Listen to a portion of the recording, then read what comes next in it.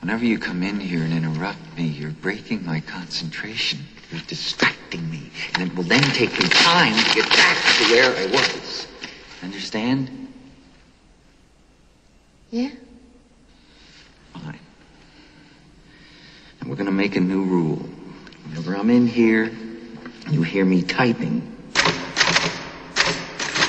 Whether you don't hear me typing, what the fuck you hear me doing in here, when I'm in here, that means that I am working. That means don't come in. How do you think you can handle that? Yeah. Fine. Why don't you start right now and get the fuck out of here?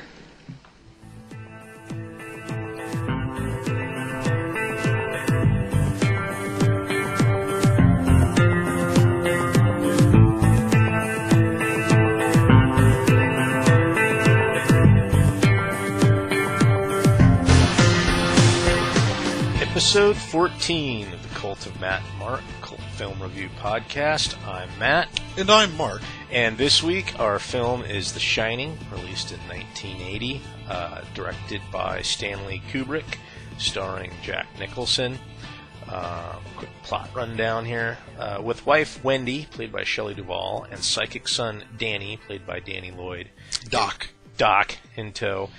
Frustrated writer Jack Torrance, played by Jack Nicholson, takes a job as the winter caretaker at the opulently ominous mountain-locked Overlook Hotel so that he can write in peace. Before the Overlook is vacated for the season, the manager, Stuart Ullman, played by Barry Nelson, informs Jack that a previous caretaker went crazy and slaughtered his family. Jack thinks it's no problem, but Danny's quote-unquote shining hints otherwise. Settling into the routine, Danny cruises through the empty corridors on his big wheel and plays in the topiary maze with Wendy, while Jack sets up shop in a cavernous lounge with the strict orders not to be disturbed. I think you got the point across. That's there. Right, yeah. Danny's alter ego, Tony, however, starts to warn of quote-unquote red rum as Danny is plagued by more blood-soaked visions of the past, and writer's block Jack starts visiting the hotel bar for a few visions of his own. Frightened by her husband's behavior and Danny's visit to the foreboding room 237, Wendy soon discovers that Jack has really been doing in the study all day, and what the hotel has done to Jack. What has the hotel done to Jack? I don't know. Well, it's a good question. What did Jack bring with him? And who is Jack? And how much is Jack being perturbed by the hotel itself? That's a good question. Well, Jack, I mean, that's one reason I picked that entrance audio clip, because in this movie, Jack's an asshole. He's a prick. Well, Jack... There's just no way around it. He's a prick before he gets there. He's in a car ride. Yeah, he's an abusive husband. I mean, he's a alcoholic, abusive, he's a bit of a dirtbag, to be honest. He'd be in some sort of domestic offender counseling. In the day and age. Well, that's the interesting. It's sort of, the movie was 1980, probably filmed in 79. Mm-hmm. The whole doctor's visit to Danny in their Boulder, Colorado apartment. That's an interesting scene. It's sort of I think it's a little bit prescient in how society's changed its view of child abuse as something to be sort of shamed about, to something for action to be taken on. Well, because right now there would be no way that the pediatrician would just give a disapproving glance across the room. She would be on the phone with the cops the minute she walked out the door. Well, possibly. Maybe like CPS. Yeah. But I mean, she's not pleased about the story. No, you can obviously. Yeah. There's that quiet disapproval, and she's not too happy with Shelley Duvall or Wendy. Shelley Duvall's Wendy character as being apologetic towards. It's not an uncommon emotion, as far as I understand, in these sort of situations. But you got to remember too, it was just one incident. That's and you true. used to be able to beat your kid senseless if you wanted to. Yeah. And all he did was dislocate his shoulder. So. Well, personally, I mean, I know how society would view it now, but I don't know. maybe there was a pattern there that she's hiding, and that would be what people would think. There's probably been more abuse. Maybe she's being abused, but I don't get that feeling. I get the feeling that he's just a prick. He's had alcohol problems. Right.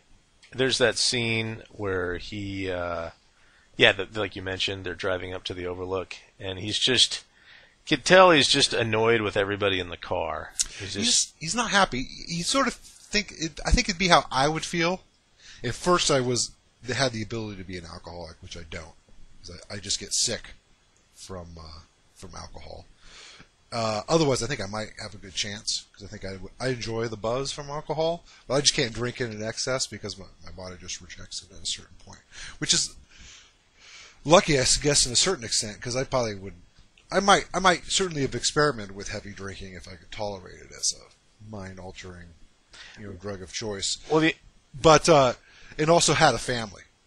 I just don't think he's in a place in his life where he's just not very happy. No, interestingly enough, I think you can almost, because I drink just to get a little buzz on and sort of feel warm and sort of a little bit carefree. Alcoholics obviously drink because there's a physical addiction there, but the mood that they're in, when Wendy describes that, Jack came home, but he was drinking, he had been drinking and wasn't, and as you would expect, wasn't in the best of moods. Makes you think that it happened. It's happened quite a number of times that you've been at least verbally violent. Plus, it seems like it may have cost him his job as a school teacher.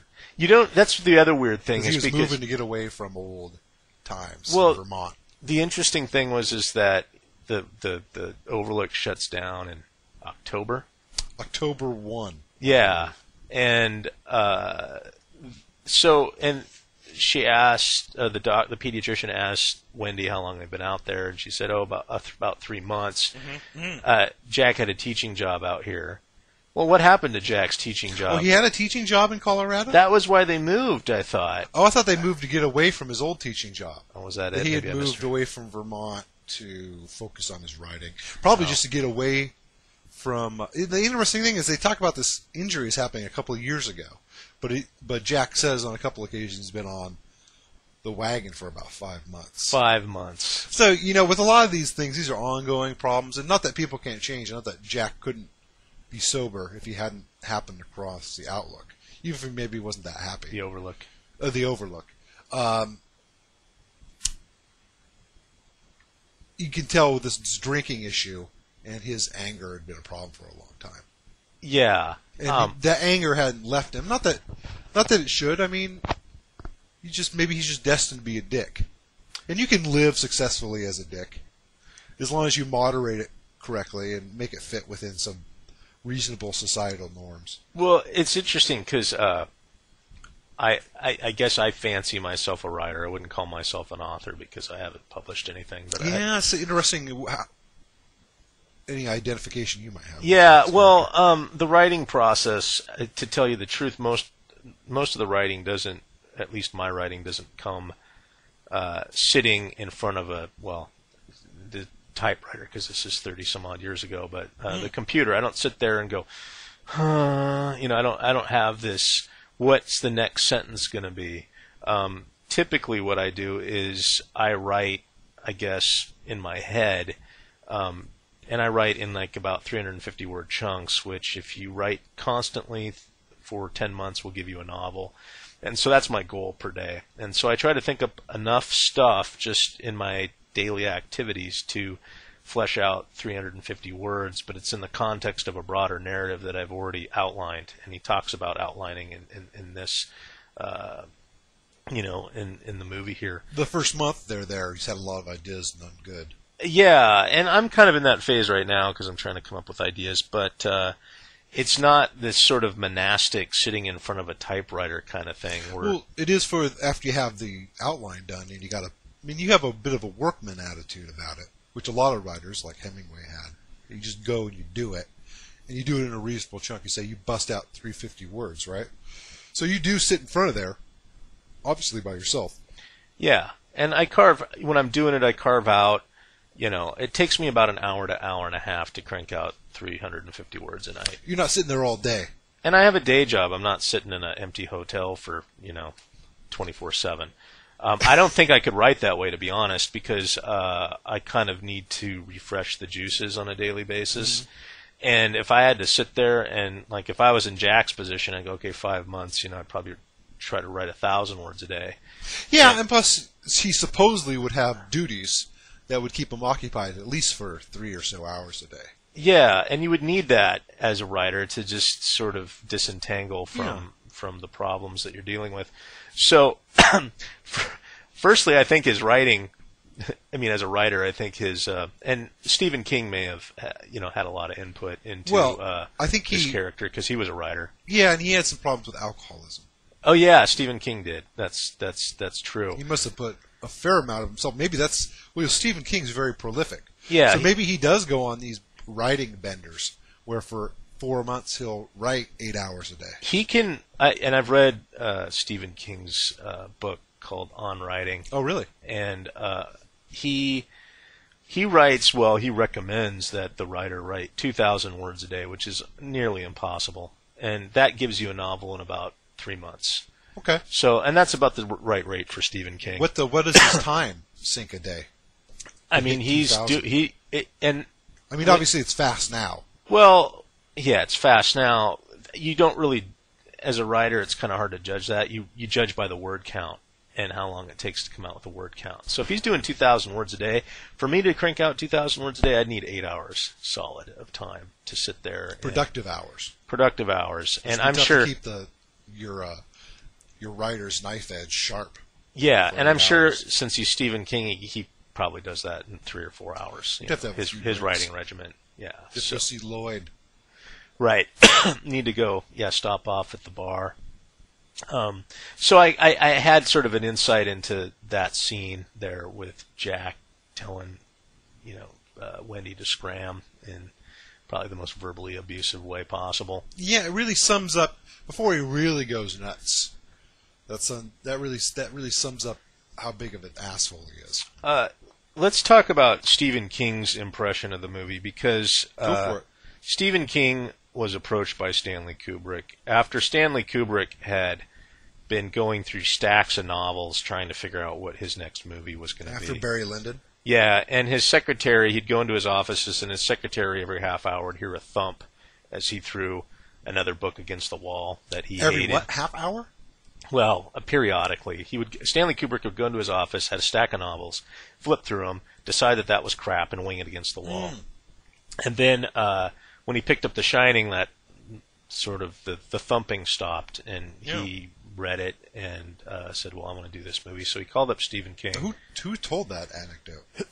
I don't remember where I heard that. That's a great anecdote. Yeah, Stanley Kubrick was a very eccentric but brilliant director. For some reason, I thought he was English, but he was actually American who had expatriated to England to do films. I guess there was... I don't know the background, so I can only speculate. Fit his style I think maybe that was more the case. Yeah, I don't know much personally about Kubrick. He called, and he had the time zones all mixed up, but he called Stephen King, like in the morning, and said he wanted to do The Shining, and King, one of the first things that King remembered about his conversation with Stanley Kubrick was how he started going on about how optimistic he thought ghost stories were. Because it sounds like Stanley Kubrick is a bit of an atheist like you and me. And we had talked about this in the previous podcast. We have talked about this. An American Werewolf in London. It was like, how exciting would it be to meet a ghost, because that means there's something after death. Yeah, it would be pretty amazing. And then it's interesting that he had the same thought. King comes back and he says, yeah, but what about hell? And then Stanley was like, I don't believe in hell. Well, I mean...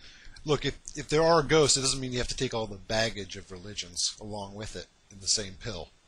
True. If there is life after death, that doesn't mean all the other shit comes along with it. Yeah, exactly. I think there's probably ghosts in every incarnation of religion and supernatural belief in... Yeah, various iterations of the spirit. Exactly, right. So, Stephen King, I'm sure, had respect and was excited. He had actually written the original screenplay, which was a pretty straightforward interpretation of the novel. Oh, he had already written a screen adaptation? No, he was asked to write it. Oh, okay. And he did. And Stanley Kubrick didn't like it, and because it was too literal of a interpretation of the novel, and so he had hired somebody else to do it, and I don't have the notes on that. Well, it's not too surprising. I mean, had King had experience writing screenplays? I mean, it's a very different medium, and it lends itself to different things. I don't know what his... I mean, he has written quite a few screenplays, and I don't know his history of it. I don't know if he's perfected that art form or not. But it was his material via a novel, so he had as all artists or writers do have, they want to see what they wrote fleshed out in a movie to be true to the original work. And I can kind of get that. Yeah, it's probably sort of a fallacy to get yourself stuck in. Well, and Stephen King, he was very unhappy with the final film. Now, I know, I've heard that. I'm not sure why.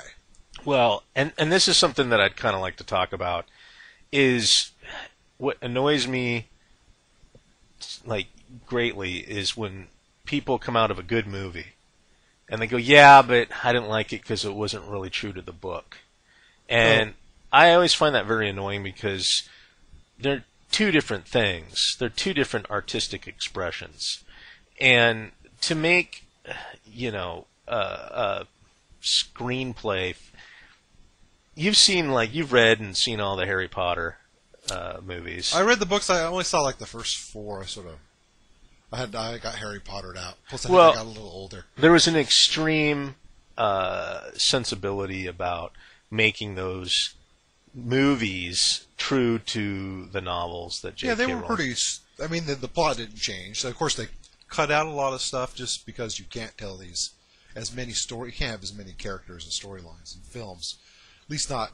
Well, you know the difference between novels and screenplays. They're very different animals. Well, I watched maybe a couple Harry Potter movies, never read the books. Boring as shit. Boring as shit.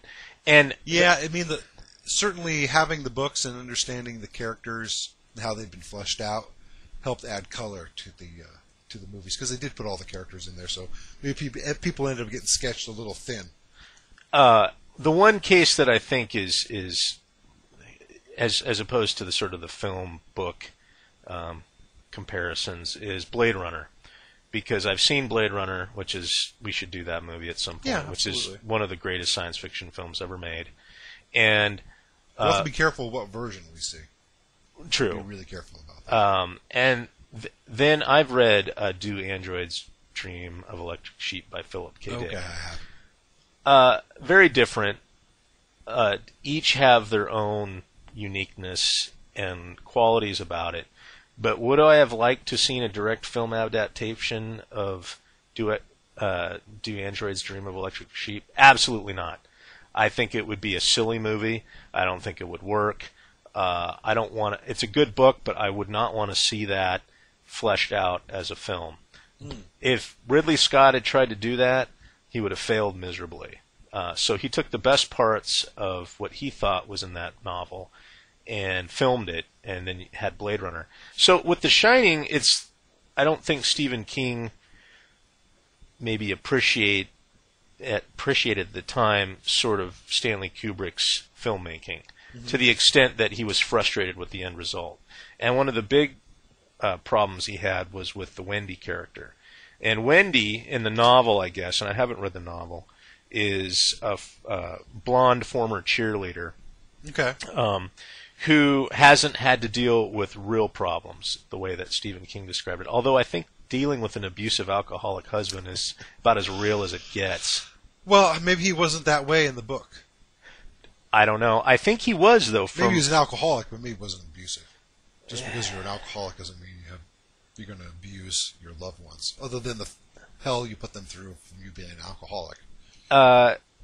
Jack Nicholson was sort of on board with the Stephen King argument at the beginning, and it even approached Stanley Kubrick about casting Jessica Lange, who is sort of a blonde. That Shelley Duvall was wrong. In what sense? Just her look? Maybe the look, but just sort of the kind of, I don't know whether it was the emotional fragility or just didn't have the.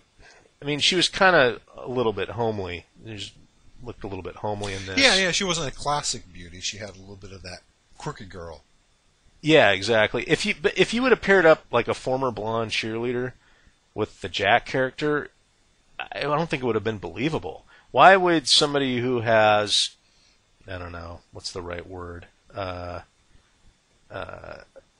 capital, like a former blonde cheerleader, who I'm assuming the Wendy character was meant to be maybe, 30, late 20s? It's supposed to be a self-esteem argument you're making here. Yeah.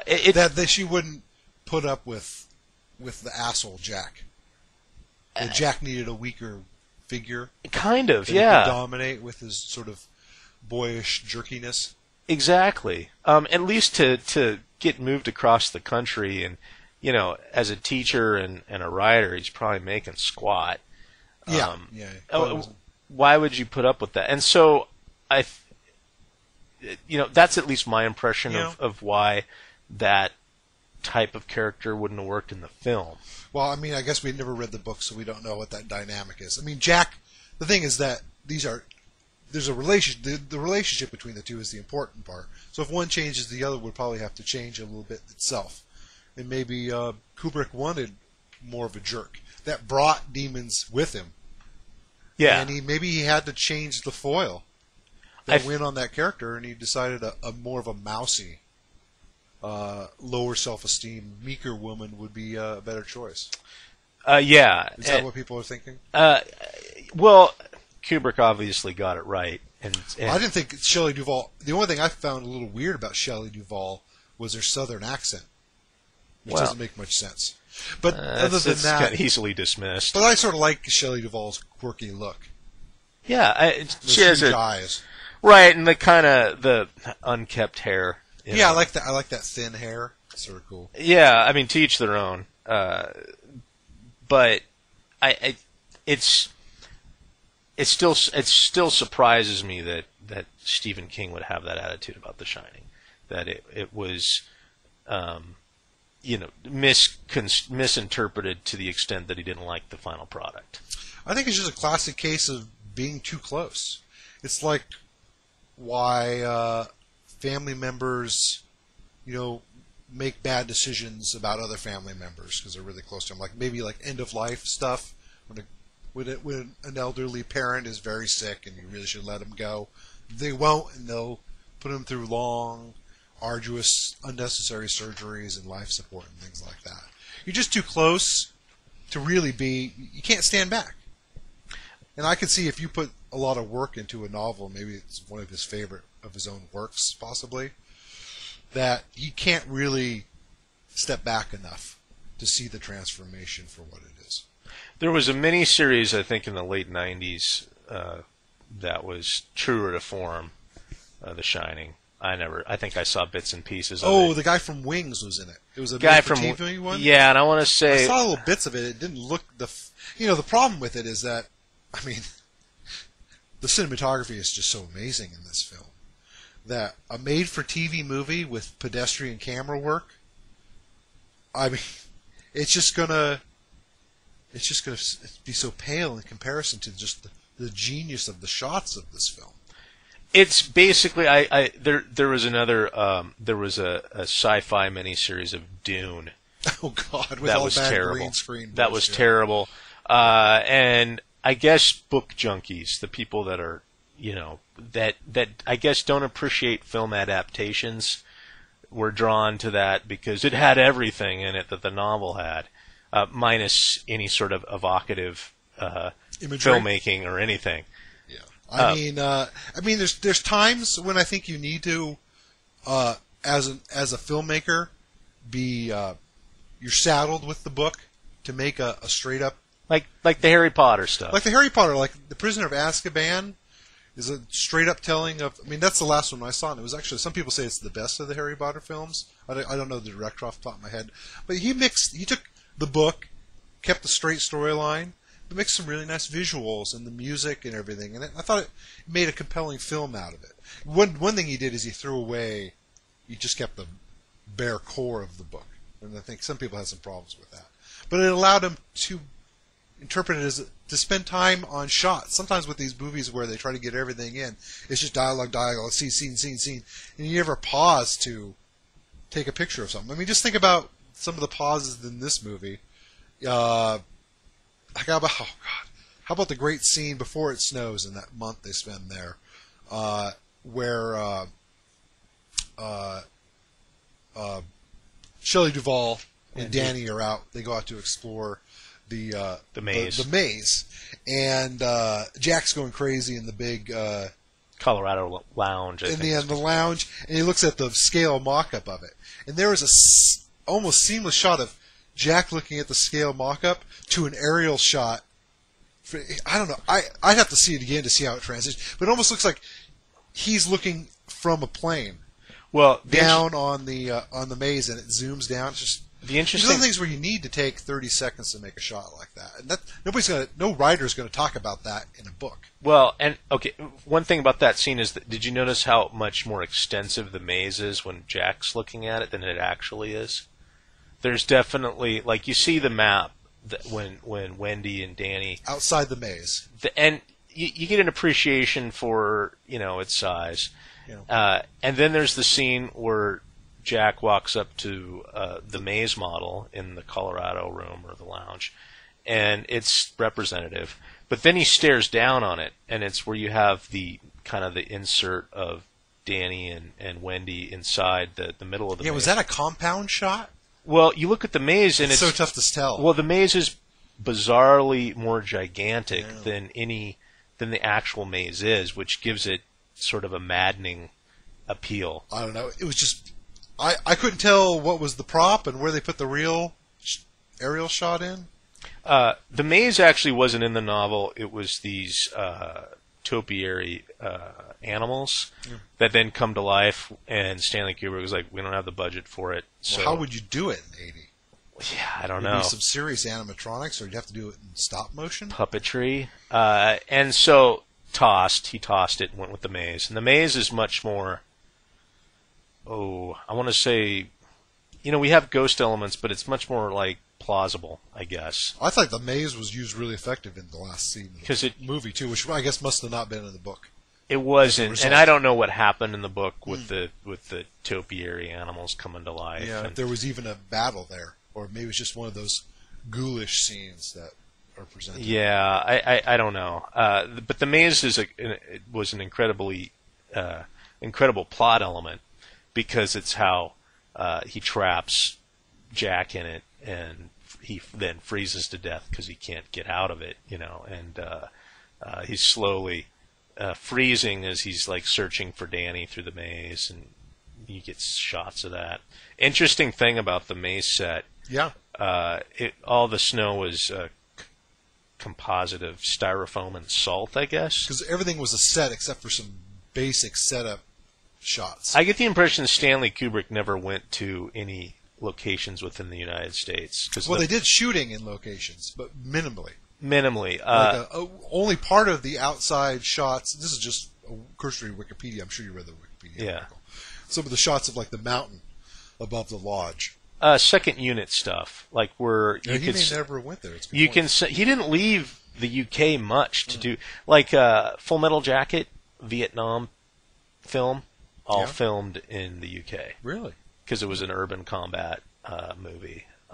So all the sets were done, and I forget the name of the studio, but it's one of the huge studios in the UK where Raiders of the Lost Ark was filmed, Star Wars, any place you needed just a big mammoth set. He must have spent, because he supposedly made almost a full mock-up of the exterior and all the indoor stuff. I only figured this out after the movie. I thought they actually shot in some sort of lodge somewhere, but that was all built. Those were all sets. He sent out folks to scour the U.S.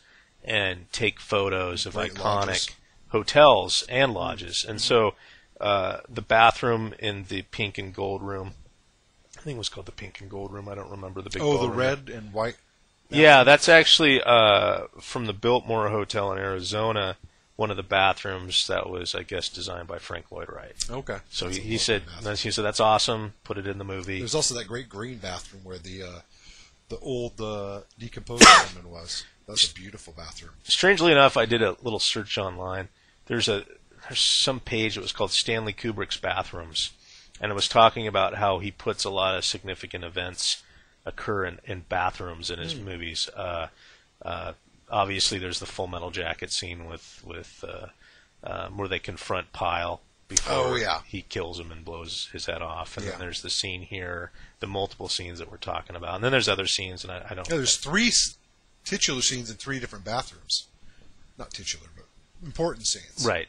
Yeah. The Here's Johnny scene, that weird old woman ghoul, and then him talking to the previous caretaker, or whatever that incarnation of the previous caretaker was. Right. So he had people kind of scouring. The other one is the Colorado Lounge. Is a lounge was modeled after a lounge in the Alwani Hotel in Yosemite. I've heard about that. That's a really historical hotel. My friend, my old office mate Mark, I think you've met Mark. Yeah. He went there and took pictures, and it looks amazing. Spectacularly. It's an old public works. Yeah, and it looks exactly like that. Oh, like really? It's bizarrely a mimic. I was looking at some of the lodges that are mentioned as inspiration. I think maybe I'd like to take a trip to Yosemite, or maybe even the one in Mount Hood that was the exterior. The Overlook, the Overlook is in a kind. Even though none of the interior stuff was inspired. Well, it's kind of interesting because you look at the Overlook and you get they get aerial shots and you get a ton of shots of it. Which I forget what's the hotel in the actual Mount Hood hotel, like the Mount Hood Lodge or something. I can look it up here in the Wikipedia. It's not that important. Mount Hood, Oregon.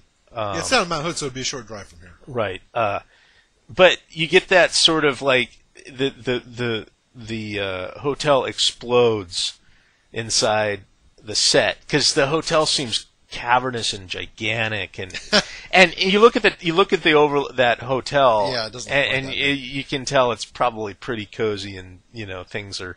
Plus, it looks like it's pretty remote. Its placement.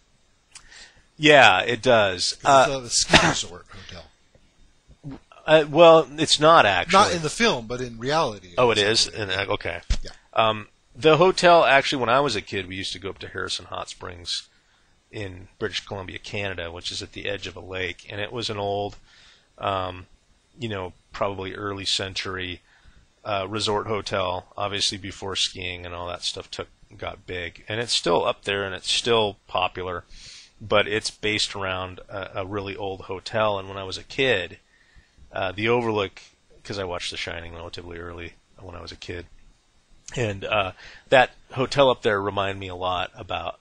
They had a lot of synergy, and I think with just kind of the lounge look, like there was a lounge that kind of reminded me of the Pink and Gold Room a little bit up there, and you could tell, like at least in the movie, that the hotel had undergone some '70s renovation. Sort of the like. The room 237 had all the kind of crazy carpet and sort of had a 70s look to it. Yeah, but it almost felt like it belonged with the 1920s. Little Art Deco. Wealth. Yeah. I guess it was sort of a weird restore. Maybe that was an element of the 70s color. Yeah. Anyways, that's called it's called the Timberline Lodge. Timberline Lodge. Yeah. But yeah, all the sets were in the UK, and the May set, which I was originally talking about, I guess it was ironically incredibly hot because the AC wasn't working on the set because that was all indoors. At least the night scenes were. Yeah, so they were in there like with their tank tops filming it, while Danny and Jack had to be in like sweaters and stuff like that. And I guess it was just gruelingly hot. Could you imagine the outdoor scenes when you're supposed to be bundled up and you got nothing but like minuscule particles of styrofoam all over the place? Yeah. Oh. Yeah. Sounds terrible breathing in styrofoam. Yuck. Yeah. So the set, and it needed to be this way because the Overlook as a character had definitely attention to detail with its look that I think without the shots and the filming and the camera angles would have reduced this movie almost to probably what you would have got in that late 90s miniseries. I mean, it just the camera work alone is so spectacular Yeah, I sort of had that feeling that just listening to the audio to find some key sequences. Well, maybe I can play you a little one. Let's hear it. Maybe does sound like it could be from a lesser film. And actually, it gets onto a topic I want to talk about, which is the actual shining element of the story, if you can, which I think is pretty important. So let me play that 1 second here. You want to set it up, or are you just going to play it? No, we'll just play it. This is our first introduction to the idea of the shining. Okay. Now, this is the storeroom. In here, Mrs. Torrance, is where we keep all the dry goods and the canned goods. We got canned fruits and vegetables, canned fish and meats, hot and cold cereals, Post Toasters, corn flakes, sugar puffs, Rice Krispies, oatmeal, wheat, thin, and cream of wheat. You got a dozen jugs of black molasses. We got 60 boxes of dried milk, 30 12-pound bags of sugar.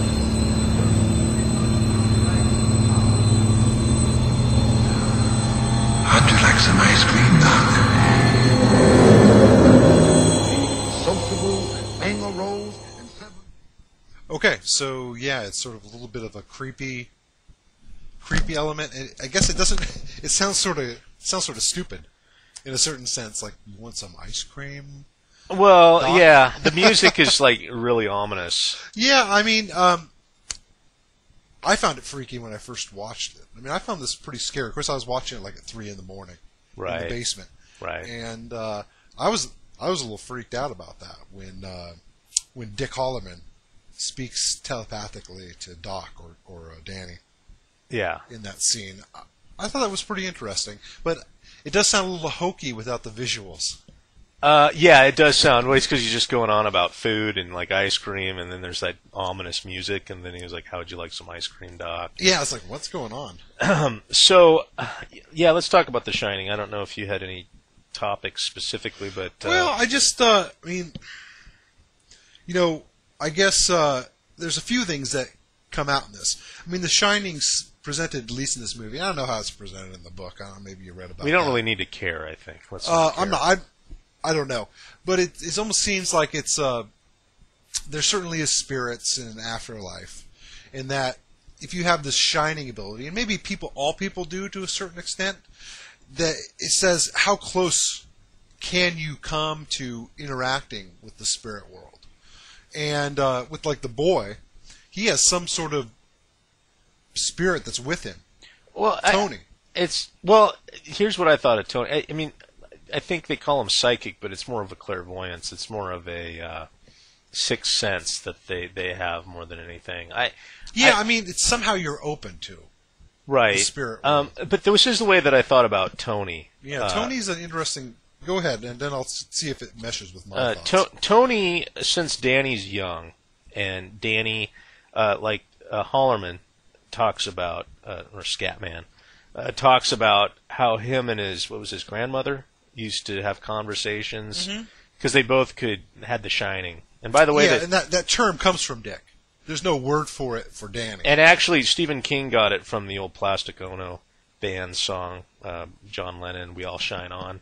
That's where he got that term. But it's a nice word. It's a nice word. Yeah. Is that there was, for at least Scatman's character, there was a family element that made shining. He could enable it a lot more because his grandmother kind of taught it to him. And it's like, and it was much more, didn't teach it to him, but allowed him to kind of explore it more. Well, it's pretty straightforward that either Wendy or Jack has told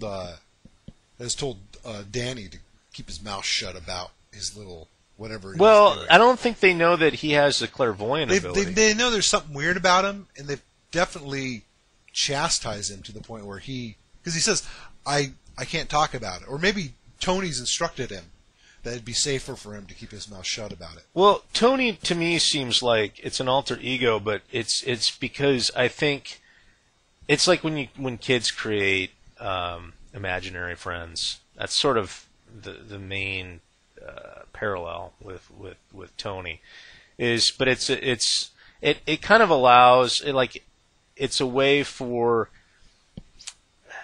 I had a note. I'm trying to figure out what I referred to Tony as he's like an interpreter of his clairvoyance. Like he, when he's standing in the bathroom and he's talking to Tony. Yeah, using his finger. And Tony he knows that, Jack's going to call Wendy in a few minutes and tell her that he got the job.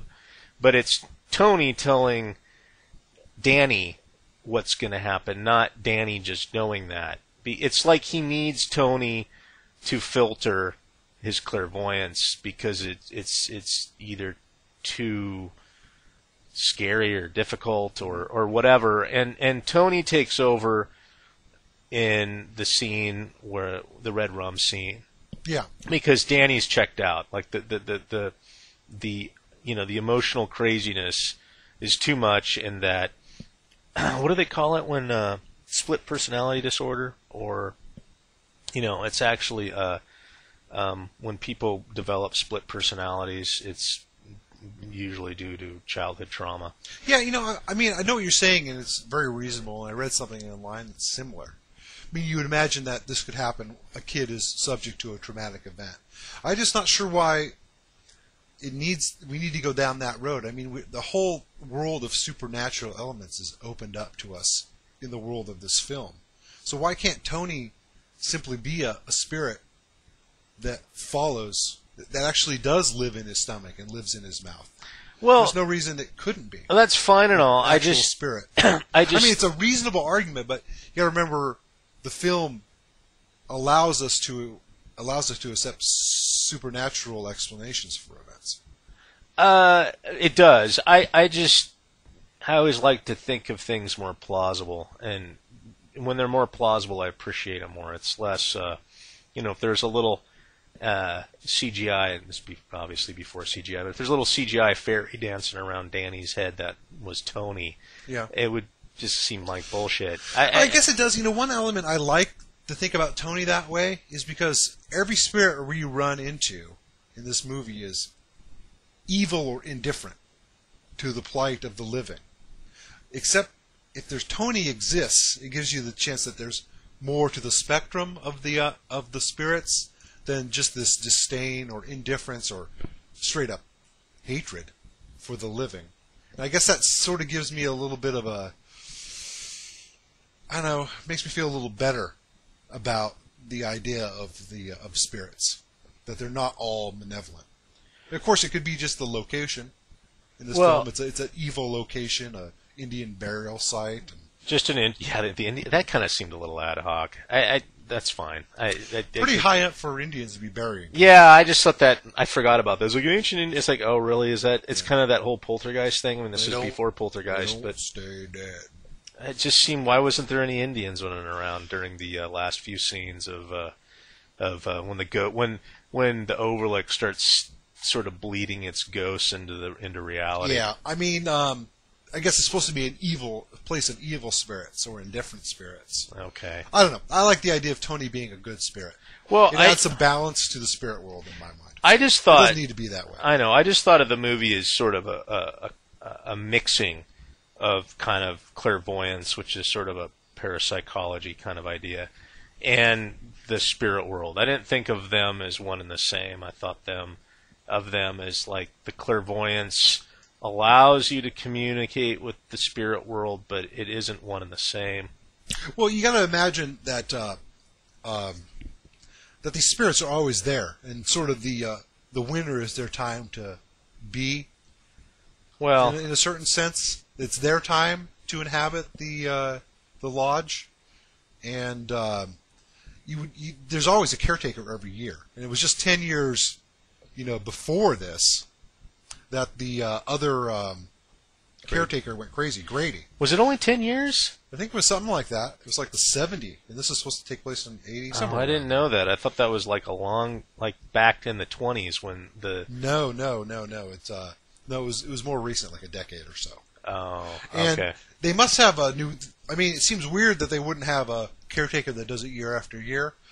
But you got to imagine that in those intervening years, somebody who has less of the shining is there, because otherwise you'd be driven crazy. So if you have a very small shining or aptitude foreseeing the spirit world, that you could exist there in the cap, and the spirits would be around you, but you'd never notice them. Right. So it's only when these people that have the ability to shine that that the malevolence of the spirits become evident, and the spirits notice them.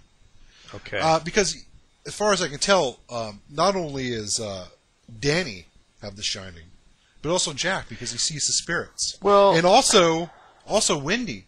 Maybe when the spirit, whatever its power or its she sees them towards the end. Toward the end, it's like they've focused their strength, and whatever little bit of shining she may have, is the spirits then become evident to her, because before they were basically invisible to her. But we sort of get this feeling that the ability to shine is familial, because Dick Hallerman's grandmother shined, and he could shine, and Danny could shine, and so you're guessing that Jack can shine, and maybe Wendy can shine a little bit. I get this feeling that they're sort of at different levels. Maybe it's their openness to the spirit world. All right. Well, yeah. Okay. Danny being the most open. So it's like, as opposed to autism spectrum disorder, it's shining spectrum. Yeah, something disorder, like that. Because something. I think, you're sort of separating the shine from the spirits. And I'm saying that, look, people are always caretaking this place, and people don't go crazy every winter. That's true. So my guess is that this family is just sort of, in a sense, opened up to it, Danny especially so, and thus they're affected negatively by these evil, malevolent spirits. Just an interesting note, every time there's a ghost in the film, there's a mirror nearby. Every time you see ghosts, there's mirrors in the room with them. Like the scene where Jack goes into the pink and gold room for the first time to get a drink. And who's the bartender? He played Tyrell in Blade Runner. What was his name? Joe Turkel. That's the actor. What was the actual? Oh, Lloyd. Lloyd. Just straight up Lloyd. Yeah, Lloyd standing in front of the bar with mirrors behind it. Room 237. He looks in the mirror and sees the decayed woman. Oh, like there's truth, and red rum is translated to murder in the mirror. In the mirror, and then the mirror is is sort of a looking glass. Yeah, then there's Grady in the Biltmore bathroom there, or the red bathroom, and there's mirrors there. A conscious element by the director to sort of, I guess, the parallel world type of thing. Maybe sort of a through the looking glass. Sure, I thought that was kind of interesting. And the only time you do hear Grady through the pantry door, but you don't actually see him. So I don't know. You don't see him, but he can influence the physical world. Yeah, because he lets him out, right? Yeah. So that's kind of interesting. That's I don't know. I mean, it seems like we have a little bit of different opinions about what The Shining is, what The Shining truly is, or I guess you see it more of just as like your standard ESP, and the spirits are a separate element. Because I think that's. The spirits are sort of interested in the child. Well, the little girls especially. Yeah, and I think that The Shining has something to do because he sees the girls before he even goes there. Oh yeah, with the blood coming out of the elevator. And he sees them right away, and only after the madness crescendos up does Jack see them, and only when it comes to a fever pitch does Wendy see them. It's interesting with the little girls because the little girls are supposed to be 8 and 10, but they mention that when Stuart Ullman is when they're killed. When they're killed, 8 and 10, but the girls actually in the film are identical twins. Were they? You see them. Yeah. They didn't look like identical twins, but they were, huh? Yeah. They were dressed the same. Well, I mean, it doesn't hard matter. pressed to not call them identical twins. All right. Which I thought was kind of wild. And when they make a turn, they do it as if their shoulders are sort of conjoined. Mm-hmm. They do that. Real They're creepy. Certainly creepy. Oh, creepier than Is that hell. just a creepy element? It was a nice creepy element. Yeah. Oh, I mean, because there's lots of great. I mean, look. Kubrick decided to do a scary movie. Oh yeah, right? He got it right. So he decided, let's do a scary movie. And it's not scare it up a little bit. Yeah, and I mean, he's such a good director that he's able to not sort of borrow the standard horror tropes of like, shit leaping out at you, gore. It's a little bit of gore. There's a little bit, but it's not like he flashes it, which is always good. The flashing, yeah, that was nice, but he manages to catch eeriness, which I think is a much more challenging device in film than any other. I mean, it's really hard to get eerie down in a film, but he manages to do it perfectly in this film, with a combination of imagery and and it just captures the empty hotel. I mean, the set. If you've ever walked through, and I can't think of any specific examples, but places that are meant to have a lot of people in it but don't, you get definitely sort of spooked a little bit. Yeah, like if you're at work late. I remember when I was in high school, like I was helping out on a school play, and everybody had left, and it was like a Saturday. We were building sets or something, and somebody had to go out to the car to get something, and I was alone in just a big auditorium. It was creepy because those places are meant to have a lot of people in them, and there was like nobody there, and it just it's like you feel like you're being watched because there's a whole sea of seats with nobody in them, and there's sort of these dark corners and stuff. I always love that feeling. Well, it's not freaky. It's just kind of it's different. It puts a little bit of. I always like the fantasy of being the last man on Earth. Oh yeah. Oh, there's always that. Like walking through a deserted downtown. London. I think of 28 Days Later. Oh yeah. Is walking around London. So to get that right, I think was just it's masterful. Well, I mean, and the way he follows, a lot of the shots are out of people's eyes. I mean, this movie made heavy use of the rather new technology of the Steadicam, and you see, especially like when you see Jack looking through 237 before he finds the naked woman in the bath. You follow his eyes as he works his way from the sitting room into the bedroom and then into the bathroom, and also. How about those great shots following the trike? Oh, the sounds of the trike on the floor. Yeah. And following around, as the kid explores the hallways. Yeah. And you just wonder in these endless hallways, what's going to be there. And he runs into the twins a couple of times. Oh, and then the room 237, he sees it, and then the first time he sees it, and then he gets back on his big wheel and jets out of there. Checks the door, and it's locked. And next time it has a key in it. Right. So the 237, actually, the hotel, the Timberline told Kubrick not to use 217. Oh, okay. Because they actually have a room 217 at the Timberline. Is that the room in the book? Yeah, so he used the non-existent 237 instead, so nobody would, wouldn't freak everybody out who had to stay there. What happened in 237? It wasn't where the murder took place, was it? It wasn't where Grady stacked his family up like cordwood. No, I think it was just where some woman died in a bath and her rotting body was found later. It's the main point, though, with the conversation between Dick and Danny there. And it's just one of the things that that's what. I mean, whatever your interpretation of Tony is. Tony says, "Don't go to 237," and so I mean. It was a parallel. Dick's trying to get stuff out of the kid, and Danny's reticent to say anything.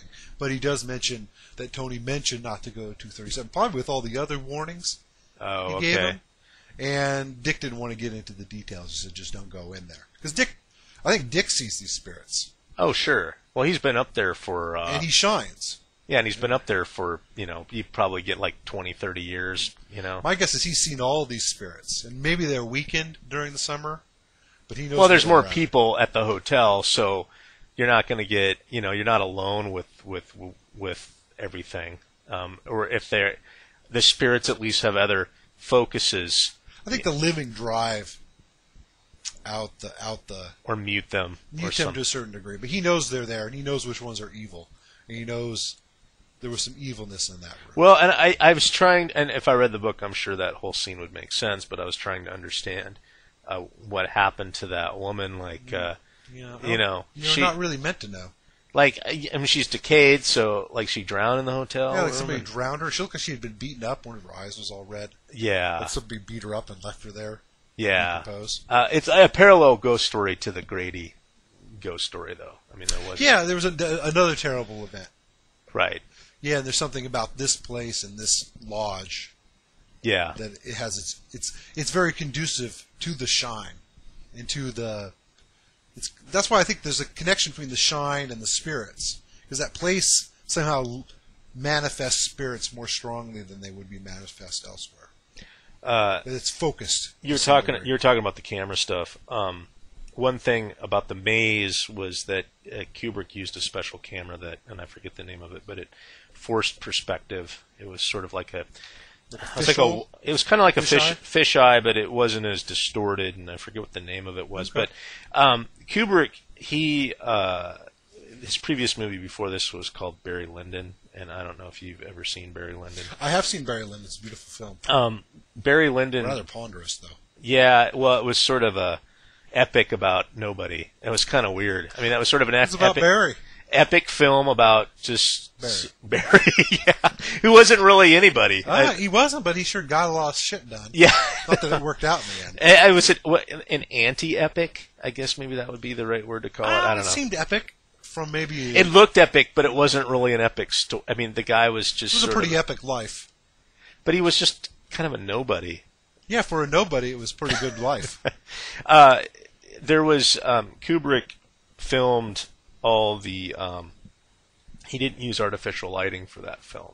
So the scenes, you have a lot of scenes, and this is, I don't know when it was supposed to take place, 1700s or somewhere around there. I don't know exactly. And he had specially built, and I don't know if he borrowed them from NASA or he used the technology, but he used lenses that would capture enough of the ambient light from candles to... Oh, so they had a huge aperture, which means they had a real tight depth of field. Yeah, and he was using those cameras or those lenses to do that filming with the natural candlelight. And those are the same lenses he used to... No, I'm just saying that he had an appreciation at least for the technical lens aspects. And he knew how to film.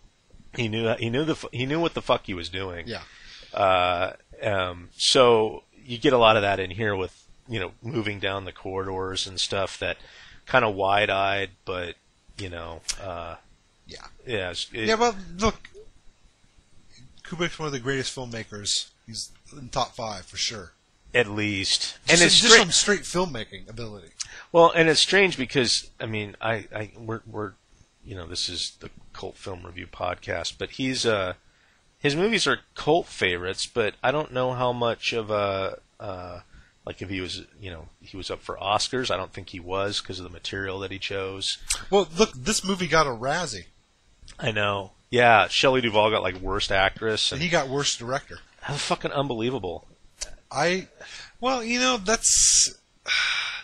what hindsight's so great. That's one thing that's so great about these works is that they live on. Yeah. And you can look back at them and appreciate them for what they are. And I don't know why people wouldn't appreciate the film when it came out. I don't understand it. I don't either. Why wouldn't they see it as a good film? Well, because they're used to. Why wouldn't they be impressed by the cinematography? Well, because they go seeing, believing they want to see a horror film. I don't know. Because the movie's so much more than that. This movie's not horrific. I was crying. Wow, are you really crying? Not from sadness, but sort of like from horror. Okay. From suspense. Well, you watched it at 3 a.m. too, so. Yeah, I think I finished it at 4:30 in the morning. Oh, Jesus, man. God. But I had a bunch of coffee in me. Okay. Well, Kubrick had the cast watch, I guess, Eraserhead, Rosemary's Baby, and The Exorcist to put them in the right frame of mind for the film. Well, that's a nice little... Well, I haven't seen Eraserhead. We should see that. The Exorcist, just because... I mean, it has the same... Well, it's sort of the same era, and... Yeah. And eeriness. The Exorcist definitely has an eeriness that is mimicked in The Shining, especially with some of the...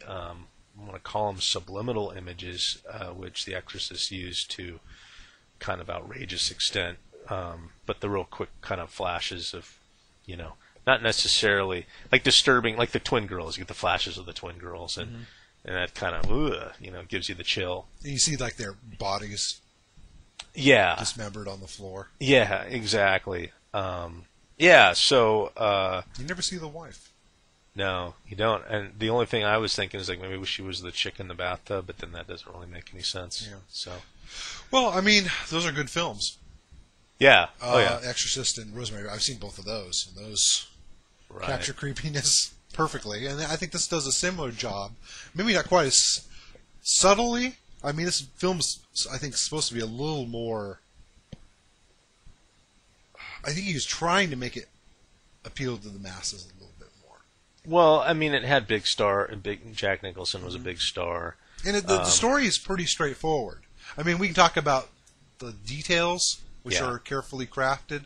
But as far as the main storyline, if you just want to watch it from a man into madness and innocence being thrown into craziness and supernatural horrors, Well, it's a pretty straightforward story. yeah, and Stuart Ullman, the guy at the beginning there who interviews Jack, basically tells you the whole storyline. I mean, he tells you what's going to happen. Yeah, they're not really... There's not real trickery here. No. And I think it's just an extremely straightforward film, and I don't see why you wouldn't enjoy it on that level. Even if you don't want to, really appreciate the great cinematography. I mean, how does it not affect you strictly as a straightforward horror movie? I don't know. Why was it not received well? I don't know. Some things I'd like to...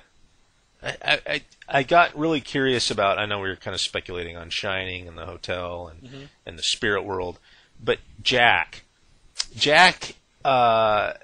he's tied to the hotel, and the last scene is maybe... Oh, yeah, we should talk about that. Is I mean, it's a good cut of him and this 1921 4th of July ball, Yeah. and there he is right up front.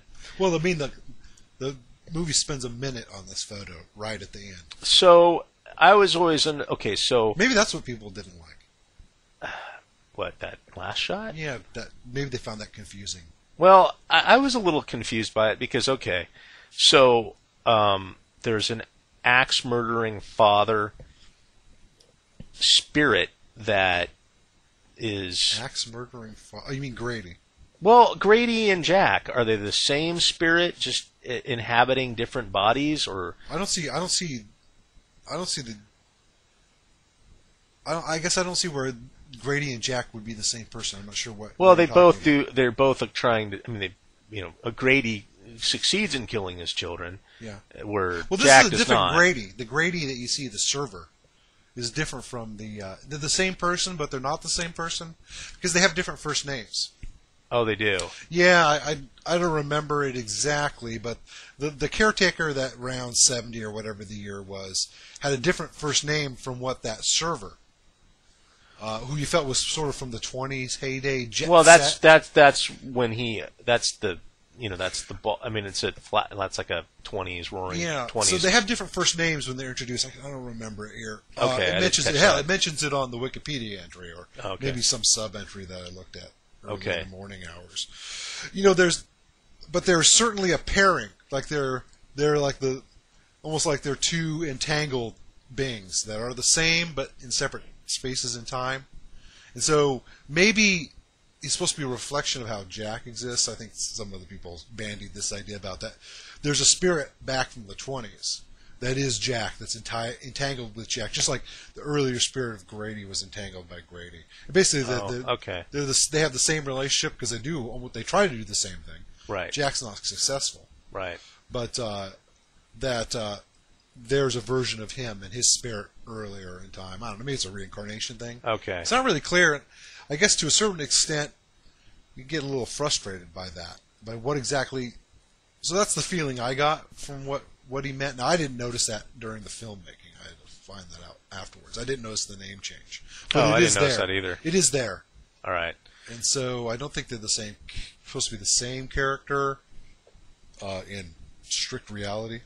Okay. Well, I mean, that last picture was like you see him there, and that's it's almost more confusing than it is anything, because it doesn't.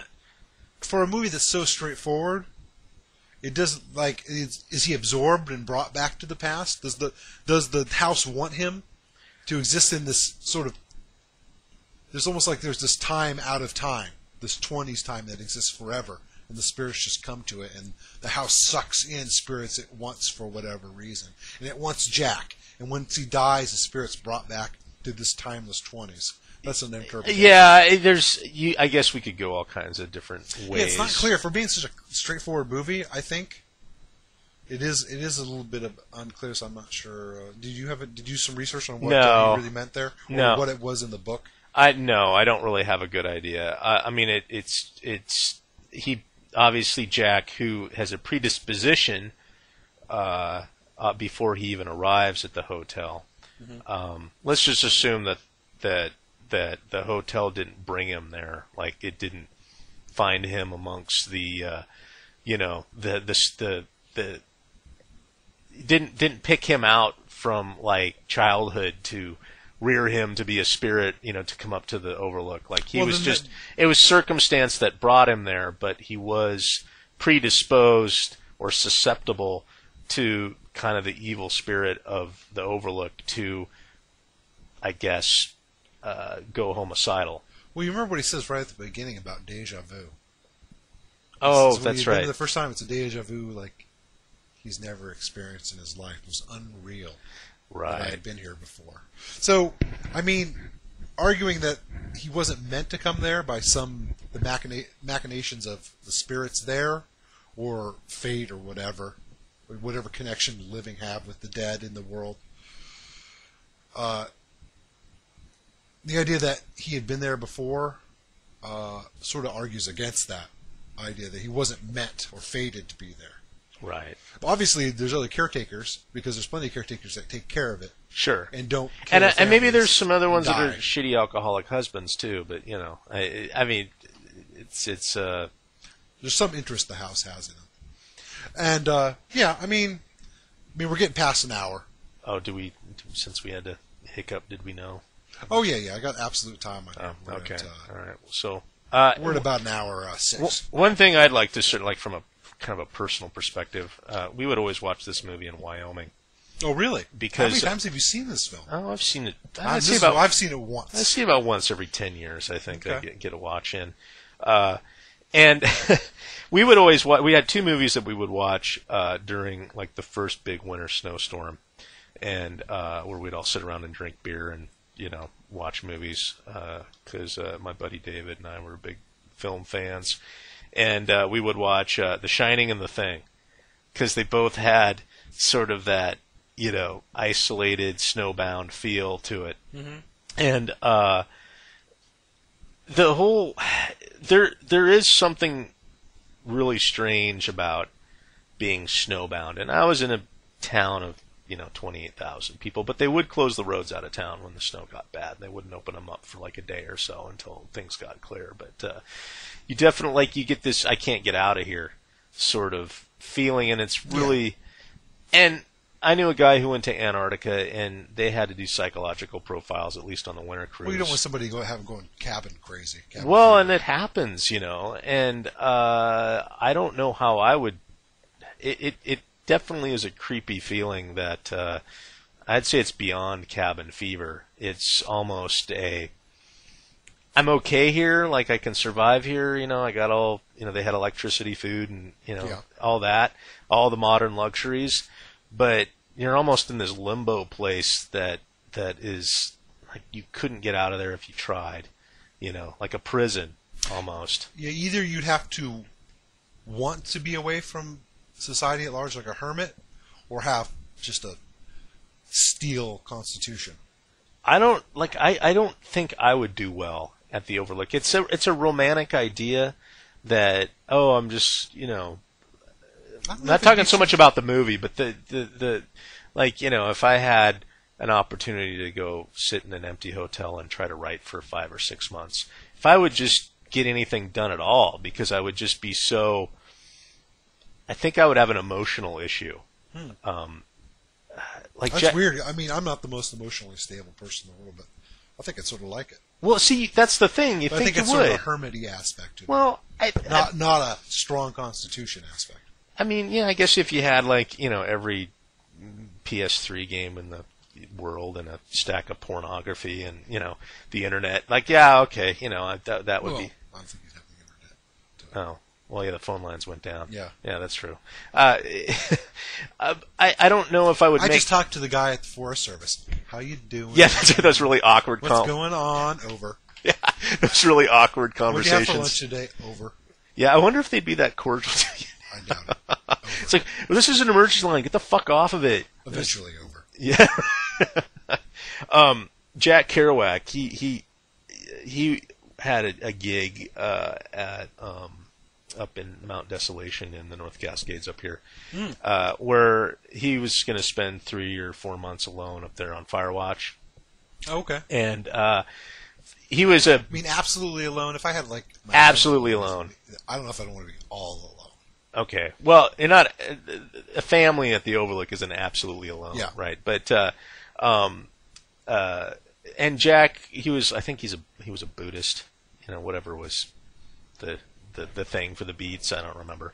And so he was going to go to the mountaintop to seek enlightenment, like he thought he'd have all this enlightenment up there and all this and no, actually what happened is he just got horribly depressed and marginally psychotic and horrifically lonely and couldn't wait to get the hell off the mountain once the watch season was over with. So the whole grand experiment just failed, and I think... No, you probably learned something from it. I think I would get inside my head too much and get just like, I can't get out of here, limbo, and putting off the inevitable. There's the world's carrying on without me, and I've taken myself out of it, and it would just be almost a panicky, weird feeling. I definitely don't think I could do it. It wouldn't be for me. So. Well, I'm sure that's the case for a lot of people, and I guess you bring that idea with you when you watch this film. Yeah. Yeah. So, but I'd always think of The Shining when they'd close the roads out of town, and there'd be like 2 feet of snow. Get your axe. Get my axe, and just in case you have to. As Grady said, what did Grady say? As Grady says, let's see here. You have to correct the naughty boy. Correct the naughty boy. Yeah, well, that's a great conversation. Teach him a bit of a lesson. A good talking to. A good talking to. Yeah, and Grady. Now that you mention it was in the 70s, and just like that nice, horrible racist quip that he says about. Well, I think he's the earlier version.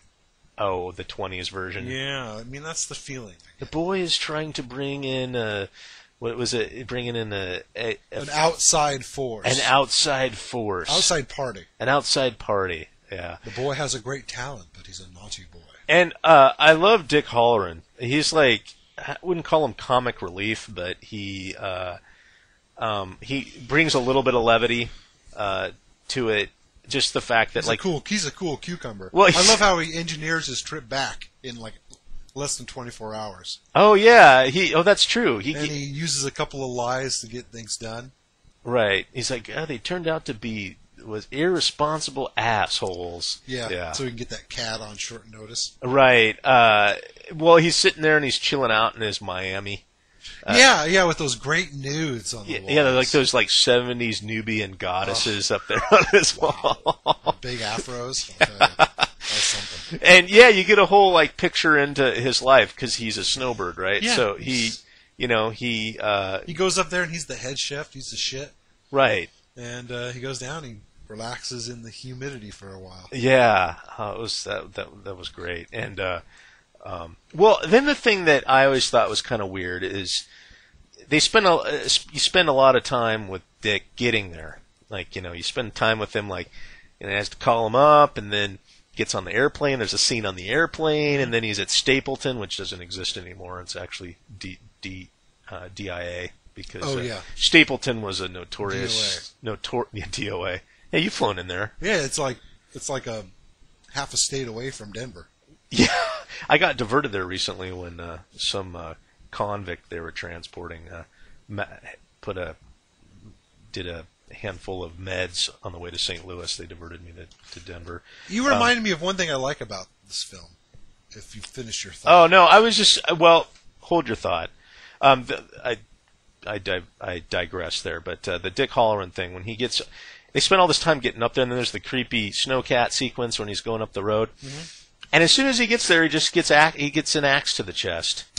And I guess that's just. And then at that point, I was like, well, he's just a plot device because he brings the cat up there that they then escape on. That's it. I don't. Why else? I mean, he didn't need to. Why did they spend so much time on him? He didn't. Why couldn't they just have? Oh, you get a midwinter delivery, or something like that.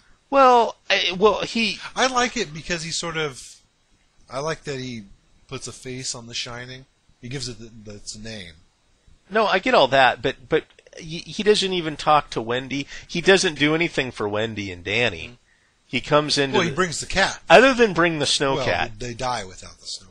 Well, would they have? Because he would have frozen out in the maze, and they could have just holed up and got on the radio. I mean, maybe, but you got to remember these spirits were at a crescendo of strength. Yeah, they were going a little nuts. That's true. Well, and they can obviously do harm because one of the spirits attacked Danny. Yeah. So they're not just. They can do harm when they reach the peak of their strength, and they can affect the real world. So, well, it just seems interesting that he was brought all the way up there to give him a snowcat. Why did he have to die? Yeah.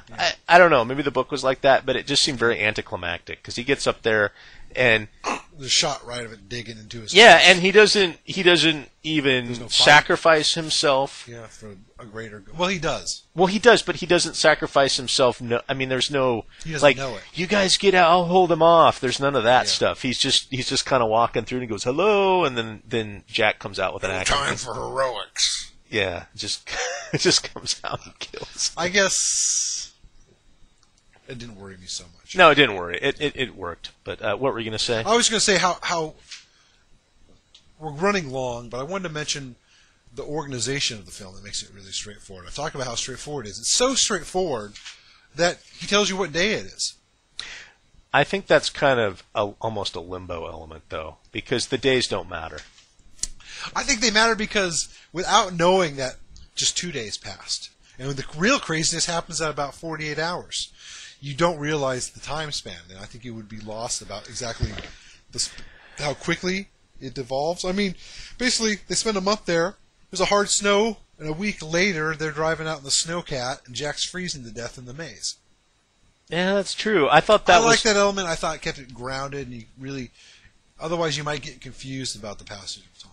I thought that was nice, and I thought that made it even more palatable to a general audience. And another reason I'm confused why it wasn't received. Well, it's interesting because it seemed almost done to comic effect, in my opinion, because, but you're right. I guess that does give you the idea of the passage of time and how quickly things occur up there because, Tuesday... And it's constantly, as things come to a fever pitch, the spans of time that it notes become shorter and shorter. And I mean, it's a month, and then it's 2 days, 2 days, 2 days, and it's like 1 day, then 8 a.m. and 4 p.m.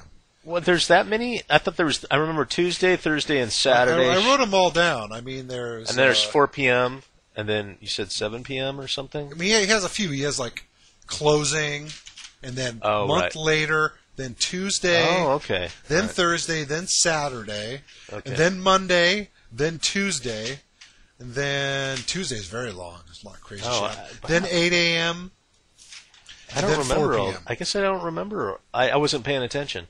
I thought they were really clear, and they helped me stay grounded in the passage of time. So. Okay, all right. I did. I'll have to watch it again. Anyhow, great film. Okay, so was there anything? I really love that film. I don't have anything else to say about it. I don't either. It's definitely one of my top Stanley Kubrick films. I'd say this one. Eyes Wide Shut. What was going on? That was kind of, I don't know. Yeah, it was anticlimactic, that film. But this, probably Clockwork Orange. In 2001. Yeah. So, anyway, next week we're going to be doing the Japanese cult hit Battle Royale, since it's a bit topical. So everybody out there who went and saw The Hunger Games can listen to us talk about... People keep yapping about how it ripped off Battle Royale, and I've never seen either of them. So I'm just going to go see the... Battle Royale. Yeah, and I think I'm probably not going to end up seeing The Hunger Games. It'll come out and I'll watch it. I didn't read the books, but we'll at least give you our uncomparative take on Battle Royale. And Quentin Tarantino, since he's always one for hyperbole, said it was the best movie to come out in the past 20 years. So, well, it's probably a little bit obnoxious then. I'm sure it'll be a little obnoxious. But okay, we'll well, I hope do that everybody one. enjoyed The Shining. All right, I yes. sure did. And if you haven't seen it, then you're not listening to this. So later. Have a good week. Bye-bye.